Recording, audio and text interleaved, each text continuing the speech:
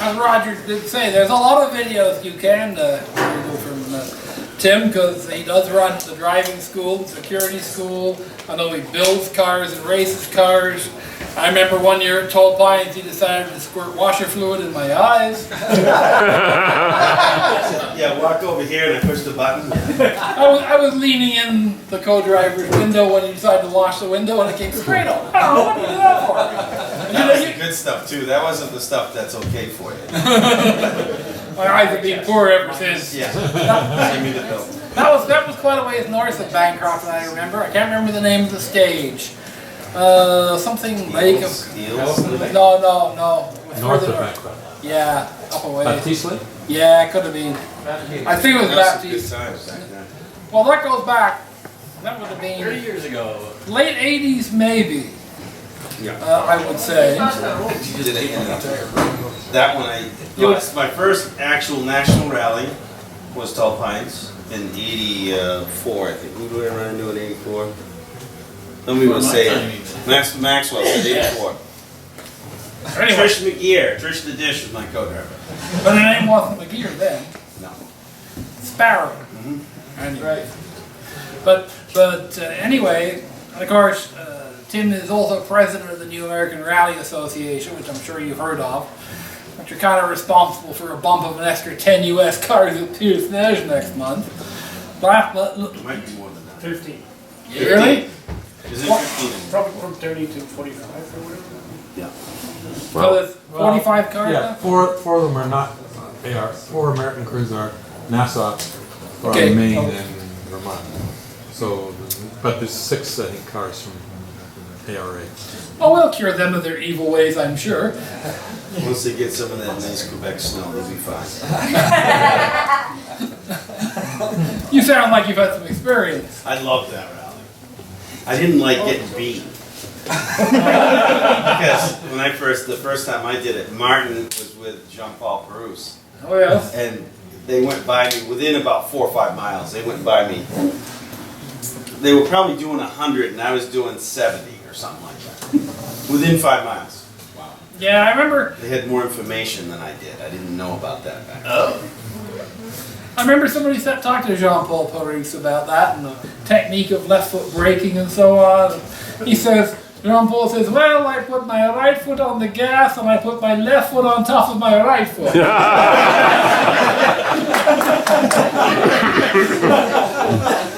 So that was more German than French. Oh, true. Modifying the accent. Anyway, but years of competition, I'm doing quite well. You had Tom Burgess as your co-driver for some time. In '92, yeah. Yeah. I had the Galant VR4. It was like a production GT, which is kind of super production-ish. Well, of course, Tom was our guest last year, and super guy. And you say he's the steward for the He's AR. gonna be the chief steward for ARA. Is that right? That's great. And of course, Pretty much all Canadians. yeah. On the ARA, you're sort of I modeling got a lot of after grief cars. over that one. Did you? From who? The Americans. Oh. You like the Canadians more than us? Yes. Oh yeah. We always say we're sorry. Anyway,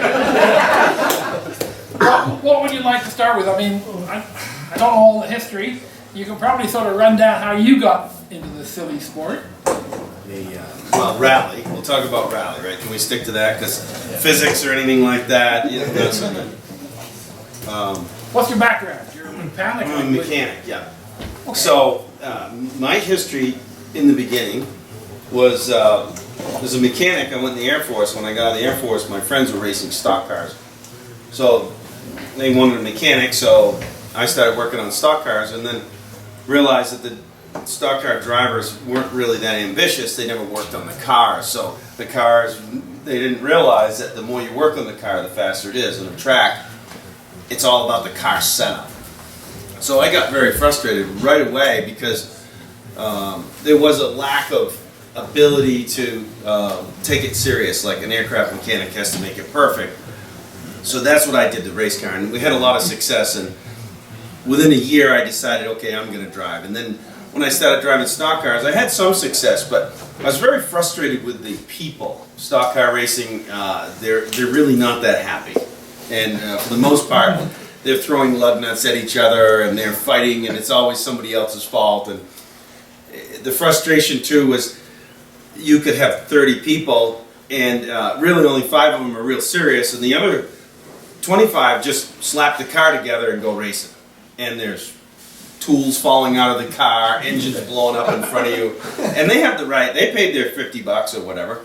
They have the right. So the frustration was really getting to me, and then I was into Triumph's TR8s, and I was reading a magazine, a road and track magazine, that had a street TR8 and a road racing TR8, and this other car, TR8, was going through a mud puddle. And I'm like, well, what's going on there? Because for me, what we did for entertainment in northern New Hampshire was race on dirt roads. But we just thought that was just entertainment. And then I saw there was a sport, so that was in 1980, something like that, 80, road and track. And I had 2 stock cars, I was fully committed to the stock car thing. And as soon as I saw that TR8, that's it, this is all I want to do. And I have not thought of anything but rally since that one article. As I rushed right over it, I found out one of the shop cleaning, the sweeping guys, he goes, oh, I know that guy, yeah, my son works on his team. I'm like, you know this guy? Oh my goodness. And as soon as I found, he's like, oh yeah, go to the shop behind this Mazda or Saab dealership in Burlington, Vermont. So I drove right over there, and I showed up, and I had this old police car. I used to like buying police cars and beating on those. And so I told John Buffum, I said, hey, I'm a master mechanic, I'll work for nothing. I just want to learn about this sport. I want you to teach me everything you possibly can about the sport of rally. He's like, work for nothing? No, I don't think so. No. Go see Sandy Liversidge, this other guy that used to work for him. I'm like, fine. So I went next door, Sandy Liversidge, same spiel. I'll work for nothing. I just want to learn. He's like, really? You work for nothing? Sure. So I went back and I quit my job at the dealership. I was a Renault Peugeot mechanic. I quit my job, took all my tools, put them in my truck, and I moved into this garage in Burlington, Vermont. And for 6 months, I just did nothing but work on Saab rally cars. And of course, everybody thought I was crazy. You know, I was making pretty good money. Why quit your job? But I mean, just the sport of rallying was just blowing my mind away. I couldn't believe it. And I've been doing it all these years, but never knew there was such a thing as a sport. So I kind of started a little late because I was 20 around that time. So at 20 years old, I learned about rally. And the rest of the world, these kids, you know, my dad, my grandfather was a rally driver, my father was a rally driver. I mean, they learn really young. If you need one. Thank you, I get one of that. So that's my funny start, the story. I think, you know, from there, I decided, well, I couldn't go rallying working in a garage because I didn't have enough money and I couldn't take enough time off to work. So it's like, how am I going to do this? And Sandy Liversidge is like, you've got to have a business. You've got to start a business. Somehow you've got to make enough money and have your time, make enough money to rally and have the time to rally. So it's like, all right. So I started working on different garages, and as a foreign car mechanic, I like foreign cars. They made more sense to me than American cars. So I went ahead and got a garage. It took me a few years to get the garage I wanted in the town that I wanted, but it was a town, fairly wealthy town. And so I worked on mostly Saabs and Volkswagens, Volvos, and then it was probably 82, 83 by the time I got my first car. My first rally car didn't last very long. I destroyed it right away. My second rally car didn't last that long. I destroyed that right away. And I was just telling the story how it was a good thing I was a mechanic, but I went from rear-wheel drive Ford Capri, because rear-wheel drive's all I thought. That's what my head worked. Turn the wheel, hit the gas, got it, check. Gas, corner, got it, check. Countersteer. Get the steering out before the gas, got it, check. But then when I talked to Sandy Liversidge and Buffum, and I keep using Stig Blomqvist as the quote, but Stig says you've got to master front-wheel drive before you can do four-wheel drive. Because in '82, the Quattro showed up. And everybody's at first was saying now the Quattro that'll never work. That's a stupid idea. I have been hearing this stuff all my life. That's a stupid idea. So It's like, if you want to master the four-wheel drive, you're going to master front-wheel drive. I'm like, I hate front-wheel drive because the throttle and the steering thing, that doesn't work. I turn the wheel, hit the gas, it goes in the woods. And the reverse spins are fun. You know, you can cut the wheel and go backwards. So, all right, I'll try it. So I got a Saab, and the first Saab I had, same thing. Turn the wheel, hit the gas, out to the woods. It's like, all right, build a new car. Turn the wheel, hit the gas, out to the woods. It's like, wait a minute, I'm starting to see a trend here. Third car. Finally, I got around that first corner because I didn't give it quite as much gas. I can't remember what I did. But then I let off the gas suddenly, and on a front-wheel drive car, as soon as you do that, you're backwards, off into the woods, backwards. Aha! So at least I destroyed the back of the car this time. So this kind of went on for a number of years this way. Since how Buffin started, stuff in Buffin? Yeah. Yeah. Yeah, same idea. Well, they didn't have a driving school back then. So right now, when we teach at the driving school, we teach everybody front-wheel drive. You have to spend a couple days, at least a day and a half, learning to master front-wheel drive.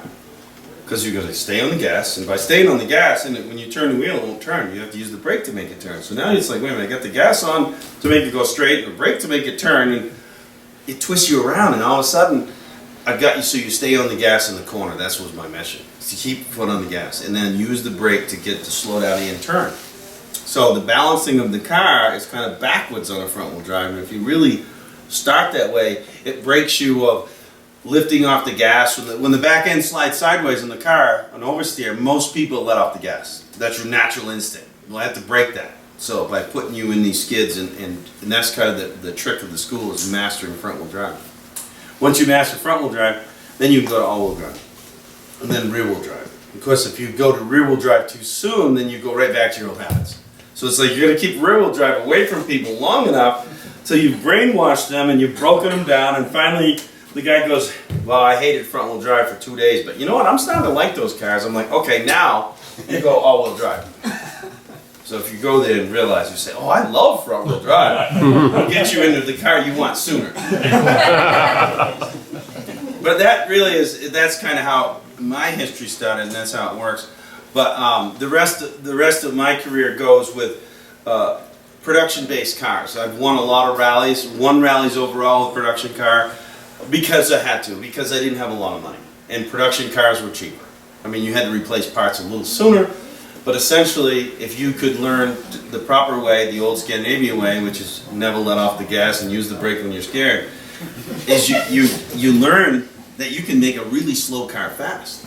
And if you're really good and smooth and you understand cars, and not be a mechanic, but you understand cars, you don't brake over the bumps, and you don't let the wheels spin over the bumps, and you're just really smooth and easy on equipment, and you can take a really slow, kind of a fragile car and make it win without breaking it.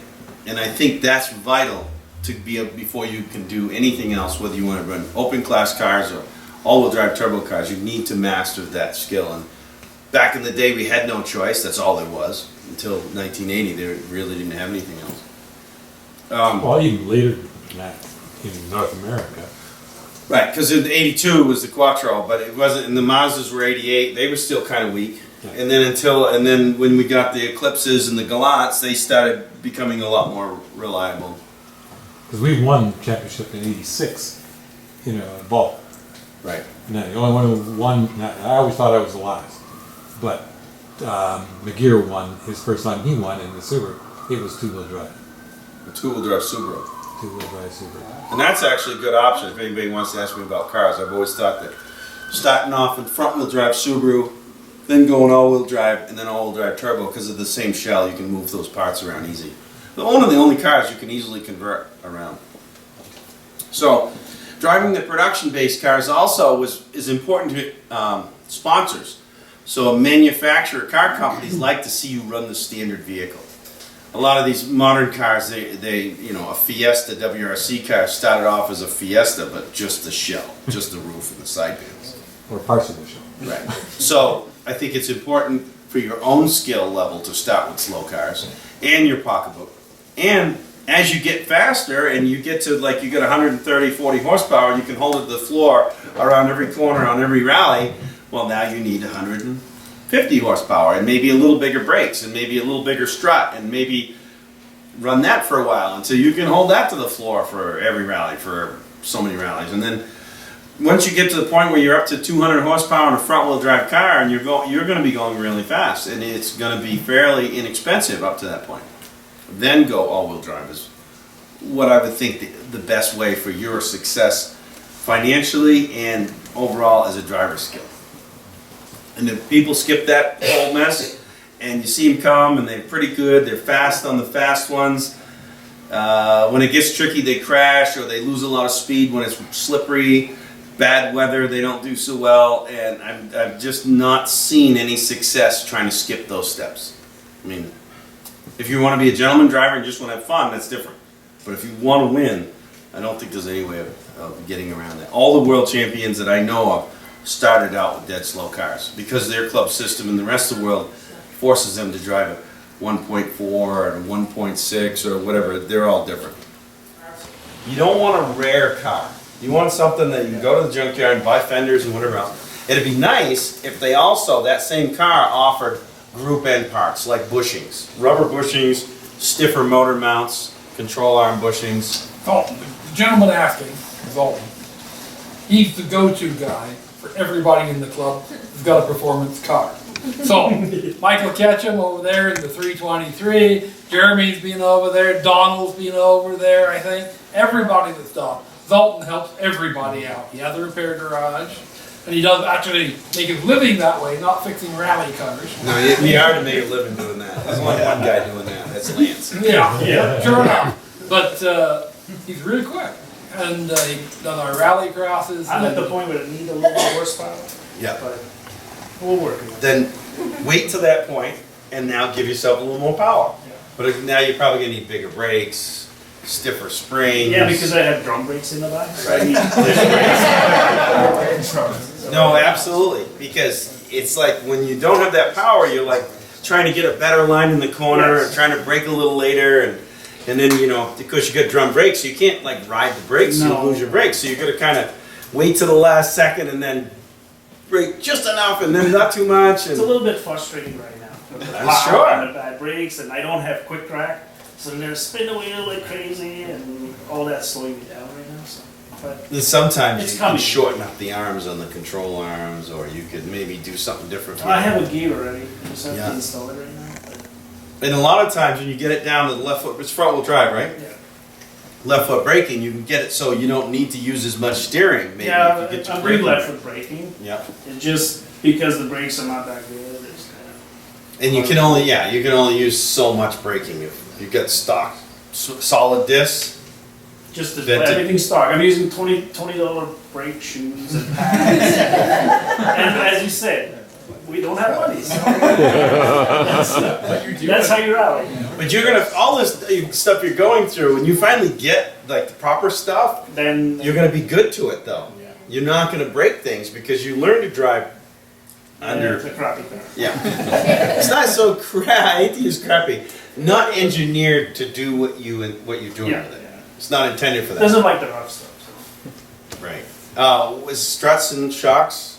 Struts in the front, shocks in the back. No, it was struts in the Struts back all too. struts all around. Can you get the 46mm universal struts, the I Bilsteins, have a Bilsteins on the front, just the HDs, stock replacement ones. heavy duties? But the spring is soft, right? So I put a smaller spring on the inside to stiffen it up. So if you don't, you have like a heavy duty strut. The strut is good, the shock itself is good. Yeah. The problem is the valving isn't that stiff, so you No. kind of have to have a stiffer spring to make up for Yeah. that. When you get a proper suspension, you can run soft springs because the valving it's all designed to do that. And then instead of having a rubber bump stop, the new ones have a hydraulic bump stop, so they can run a real soft spring. But you run like 200s in the front. You know what spring rates with No, stiffness? it's all just it's all So stock. one of the tricks that we used to do was take a Golf or whatever, factory Golf. I'd go get the air conditioned heavy duty ones from the parts guy. Give me the or find something similar like a Volkswagen Golf is the same as an Audi something else, but those are stiffer. I used to say with a standard shock, I'd always go with like a 20 to 30% stiffer spring than what originally came on it. for gravel. That was a good rule of thumb. Now we're going the other way when you have the right shocks, but when the right valving. So can you find something, you know, you have a spring checker, somebody can see what the rate is? Like I have gravel suspension now, I just have to install it. But it's a used one, a hand down from somebody. Adjustments that I have no idea how to use yet. But What's the make? What's the brand? tiny. Oh yeah. Are they long? What about the length? Are they longer? They used to be gravel. It came off a gravel Lancer, so should be good. But Yeah. still have to. So the problem with the length on some of these, if you've got like a front wheel drive car and you get a little longer than original, sometimes you can take the CV joints that fall out. Yeah.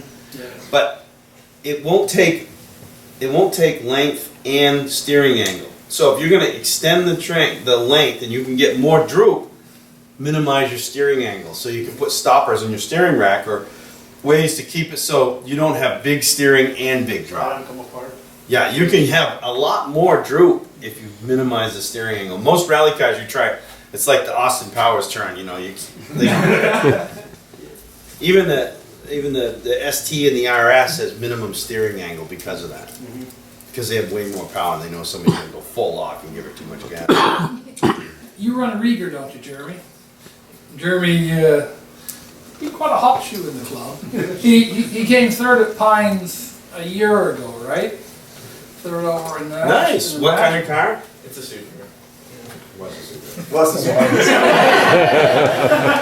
I'm kind of in your category where I think you jumped a little bit too quickly. He didn't quite finish at Pierce Nash last year. Sort of, well, it was Pulls the stage. yeah, That's pretty cool. it was a big off or a big on. Even the guys that do that, they still go out and every once in a while rent a two-wheel drive car. No, sure.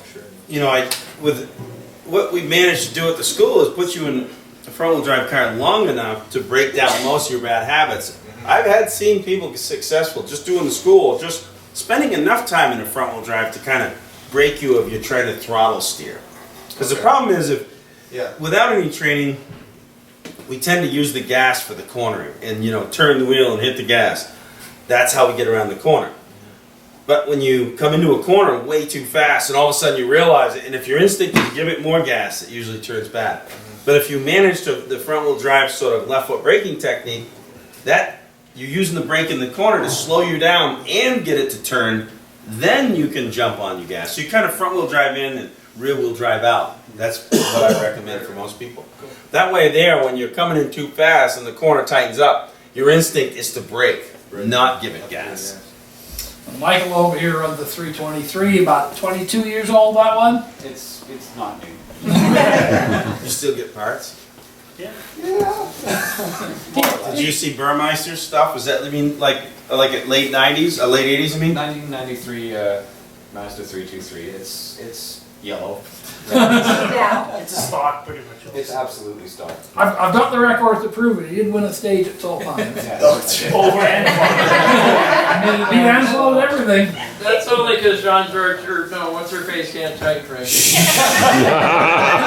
I may have had some help.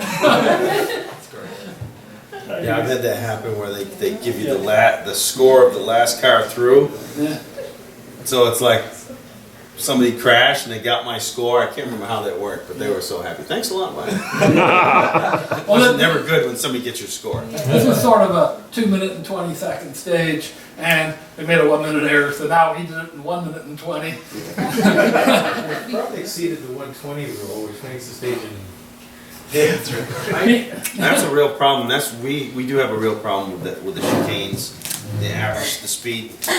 What Maryland America did was they just said, no, the open class, that doesn't apply. They said 70 miles an hour for the two-wheel drive guys, and they just said, no, last year, I'm not kidding, they did. So now they're going to these chicanes flat out, and it's like ridiculous crazy, and then telling the organizers they need to get more roads. They say, no, you need to slow your cars down. No, you need more roads. There are no more. That's another story. As an organizer, you've been there, you are there, You know, you read the competitive comment, you need more stages. If I could have more stages, I would have more stages. You'd already had them, right? That's it. That's what I said. If there were trickier, more technical stages, you'd be on. Yeah, exactly. No, it's out west with Rally Safe. We use different Virtual systems. chicanes. It's a virtual chicane. Yeah. I saw it in operation at Big White, and once a couple teams decided we're not going to pay any attention to it. We'll just go right through it and say it didn't work for our car. No, they track you. It's obvious. The Rally Safe produced the speed that they entered the chicane, whether they were accelerating, decelerating, and the speed they left the chicane. Yeah. How long they were But they didn't see stopped. it. And no, you don't have to stop. If you say the virtual chicane is to say you have to hit 40 km per hour or 60 km per hour or whatever, then you got a straight line with the chicane. It's very visible. You're not going to go off. You're not going to have to do this stuff or damage your car by hitting one of the markers. You just come to the speed. The Rally Safe changes color, changes green, back on, and away you go. You know, the other side. And it worked. It really works. That'd be way safer.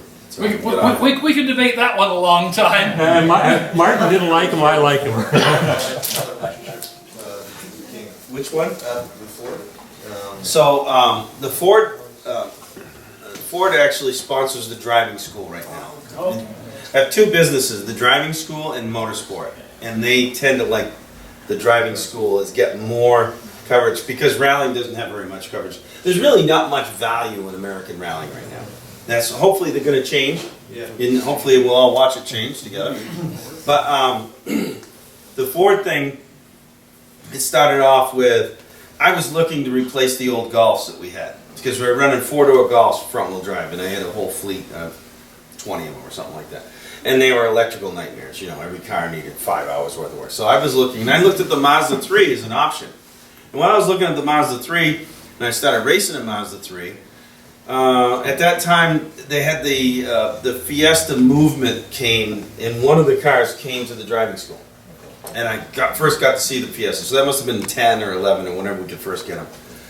And I looked at her, I was like, that's it, you know. And then I found out that they made the R2 kit and everything. So I lobbied Ford pretty hard. It's like, I didn't hit them with, we're going to go win races and you're going to be rich. No, I said, we're going to get people, we want them at the school. So there's more value because I got journalists showing up, everybody's doing a great story. There's way more value at the school for a car company.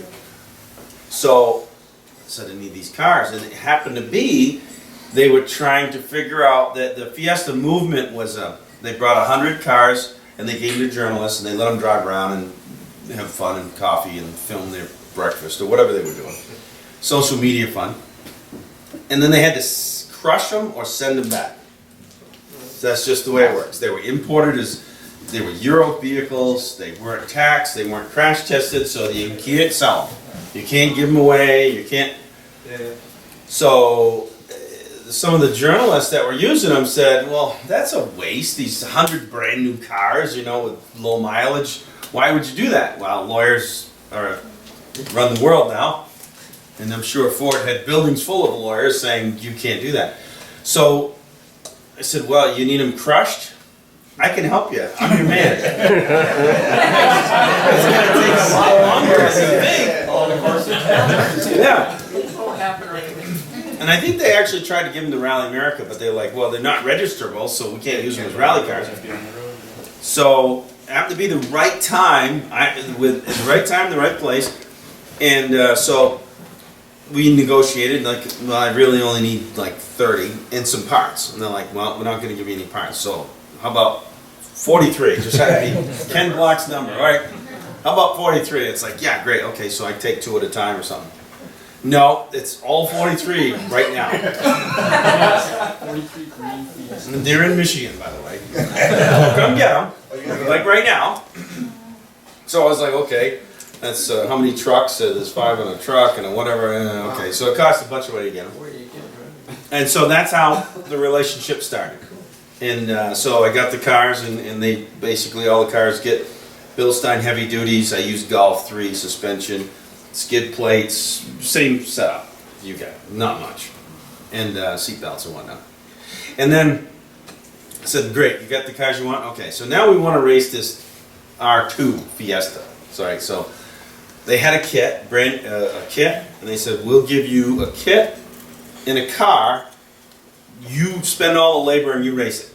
It's like, well, maybe the kit's worth 40 grand and the car's worth 10 or 15. Then it's going to cost me 100 to race it. Yeah, that doesn't really add up now, does it? Well, okay, I'll do it. Right? Because this is how Ford works. They like their partners to have a little skin in the game. Sure. Because if you start writing people like me a check, I'm going to go, oh, I'm busy, man, I don't have time, or the dog ate my lunch, you know, I mean, all kinds of excuses. But when you get skin in the game and you have to be there, you'll make it happen. So then they said, okay, great, but how are you going to do it? Because all the engineers got in a room at Siemens and says, okay, how are you going to do this? This is a European ECU and an American car, and they're two different operating systems. Or the ECU is a 16-bit versus a 32-bit, one's a Continental, one's a this and that. Pins are different and everything. And I said, well, we're going to figure it out. The engineer's like, that's not the answer. How are you going to do it?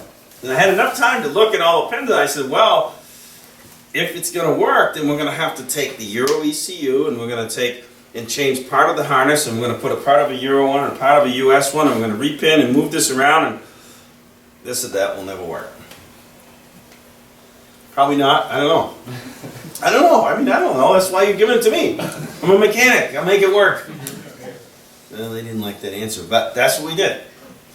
And so, yeah, the first thing when I looked at the car, though, I said, they had these little stamped steel looking lower control arms, look like something you'd find on a kid's toy. I'm like, that'll never work. They're like, no, that is super high strength steel. Those don't look very strong, but they are. And then I looked at the M Sport kit, and they just never modified, never reinforced, other than the bushings were now heim joints and the ball joints were pins. So they just replaced the joints, but left the same kit. And I tell you, to this day, we rarely bend them. I mean, you can hit things pretty hard. The cars, what happened over the years was they used much higher strength steel. They stamp it, they figured a way to stamp it hot and let it cool in the stamp. And I think the stampings have a liquid cooling in them or something. They figured a new process, but they can make these parts out of super hard steel. So that's where I started with Ford. And now they give Motorsport some trucks, so I get some vehicles that I use. And I have, let's see, 43 regular Fiestas and 3 STs and an RS and. Will we see the RS on the stages soon, you think? Or? Yes. Cool. But it's still going to take some time to work it out. There's a lot of little things. The one I have here is my street car, and I've got a couple wires unhooked, and I'm experimenting with that. The one I have at work is a blue one, and that's not registerable, and that has all the longer suspension. That has a couple more wires unhooked, one grounded. That's another one. How are you going to do this? I don't know yet. And the typical American, it's like, we're going to do it. How? Don't know. Ready, shoot, aim. Just because I don't have all the answers. That doesn't slow you down. So, it needs, the other issue was talking about with some of the guys, the first thing I find out when I drive the car is the oil temperature jumps right up. Water temperature is fine, oil temperature is not. So, always heating and cooling is a problem with rally cars. Yeah. You're trying to put too much stuff in a little box and everything's protected, and now there's no way for air to get out or in. So normally it's an airflow problem. I had one of my vehicles I caught on fire a few times before I realized there was no way the heat to get out of the engine compartment. And then the power steering hoses are hydraulic and they melt and burst under high heat. So, you know, I didn't realize it. I thought I was trying to get more air into the hood, but the fact is it wouldn't go into the hood because it couldn't leave the area. So that was one lesson I learned quite a bit. But this time I found that the oil temperature goes up faster than the water temperature. So put an oil cooler on it. Fixed. It's easy to do. Some other things are a challenge. The all-wheel drive system kicks in and out sometimes. It's two separate problems. One is after a period of lots of wheel spin and heavy braking and ridiculous driving, it just goes enough. And goes front wheel drive. Front wheel drive. That's it. Mid-corner a lot of times. So you're fully committed to like, oh, I know I can get some gas and it's going to come back. No, it doesn't work that way. How does it work? How does the all-wheel drive system work on that car? Does it got a rear It's a mystery. That's what the engineers say. I don't know. Is it brakes to control the front wheels or how? It's torque vectoring. Torque vectoring, okay. Those are my two favorite words.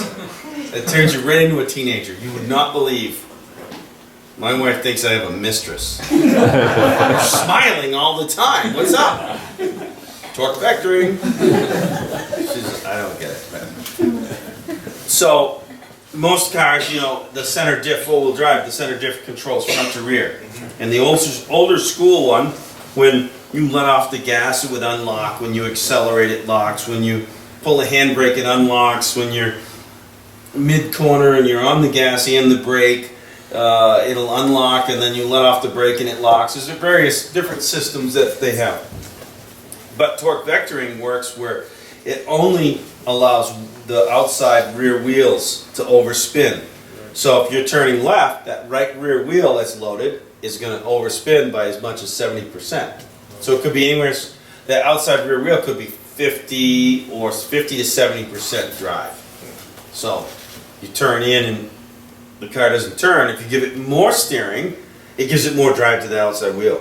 If you give it more gas, it gives it more drive to the outside wheel. If the steering. Then when you straighten the wheel, all of a sudden, it takes away that drive and it's a little more, I wouldn't say front wheel drive, it's a little more 50-50. Sure. But I don't understand exactly how it all works because it has, in the rear drive unit, it has clutch packs on left and right axle. Right. So I think it's overspinning the prop shaft front to rear always is 70% or always more than 50%. So when it locks fully on the right side, you're turning left, it locks fully on the right side, that might be how it gets 70% of that drive to that outside rear wheel. And the rear disc electric, right? It's electro-hydraulic. Electro-hydraulic, And the differential's funny, it looks like something that fell off a spaceship. And it's got gear oil. It's got that hydraulic fluid, like in the Volkswagen German hydraulic fluid, it's in there. It has a torque vectoring additive sort of fluid thing, none which you can buy. Can't buy it, the manuals aren't there, there's not, you can't tell, it's like, so apparently when you need to change the fluid, you $2,500, put another one in. No, I really don't know, I'm just kidding. Right now, at least you can buy one, right? Yeah. I finally got the wiring diagram last week. That's why I'm all excited about pulling wires. Because I didn't know before that. So yeah, the problems are going to be, it's still a heavy car. It still has very short suspension travel. And until the electrics get sorted out, it's going to be hard to fix that. So it's a track car, basically. It works really good on pavement. And it's really fun to drive in the snow and everything. It's a great car. There is a company in England that makes makes ECUs. Plugs right in, you can do anything you want. And they now have another English company that does software, and they a few weeks ago told me they finally unlocked the secrets to the diff. So I can get a live system, I can plug in my laptop, I can say don't do that anymore. The problem with a going front wheel drive over time, it's an algorithm.